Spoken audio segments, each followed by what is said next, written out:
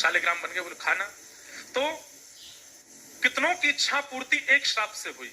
वृंदा ने श्राप दिया कि आप पाषाण बन जाओ। भगवान बोले ठीक है। एक वैश्या ने वरदान मांगा था तो उसके गर्भ से हम जन्मेंगे, वो गंडकी बनेगी और हम शालिग्राम। एक राक्षस ने मांगा था कि वो खाना चाहता है तो वो भी पेंडिंग बैठा है, कब उसको वरदान पूरा करें।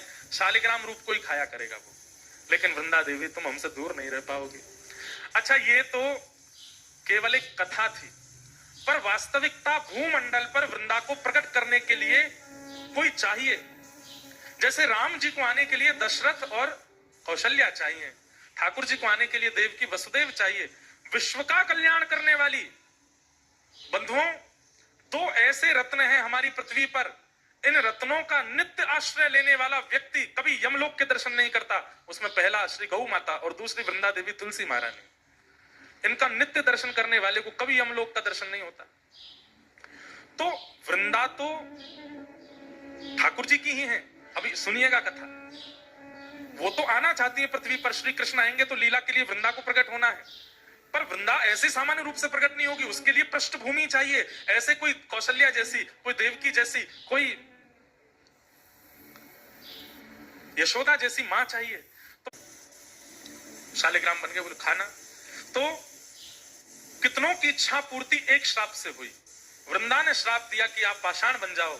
भगवान बोले ठीक है। एक वैश्या ने वरदान मांगा था तो उसके गर्भ से हम जन्मेंगे, वो गंडकी बनेगी और हम शालिग्राम। एक राक्षस ने मांगा था कि वो खाना चाहता है तो वो भी पेंडिंग बैठा है, कब उसको वरदान पूरा करें। शालिग्राम रूप को ही खाया करेगा वो। लेकिन वृंदा देवी तुम हमसे दूर नहीं रह पाओगी। अच्छा, ये तो केवल एक कथा थी, पर वास्तविकता भूमंडल पर वृंदा को प्रकाया। क्यों? श्राप देने के बाद में वृंदा ने प्रण लिया कि मैं अब अपने पांच भौतिक देह को नष्ट कर दूंगी। और जैसे ही वृंदा ने अपने शरीर को जलाकर के भस्म बनाया, भस्म जैसे ही बनी, ठाकुर जी ने गोलोक धाम की ओर देखा।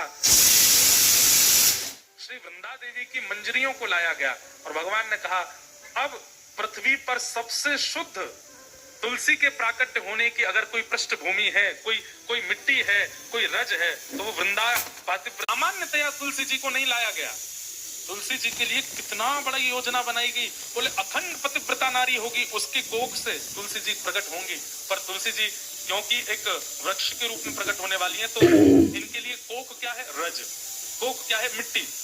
और वो कैसे बने? बोले पतिव्रता नारी जब अपने शरीर का त्याग करके रज बन जाएगी तो उससे प्रकट होंगी तुलसी। तो वृंदा जी की रज से तुलसी महारानी प्रकट हो और तभी देवी देवता प्रकट हो गए। क्यों? नारायण भगवान तो धीरे धीरे पाषाण बन गए।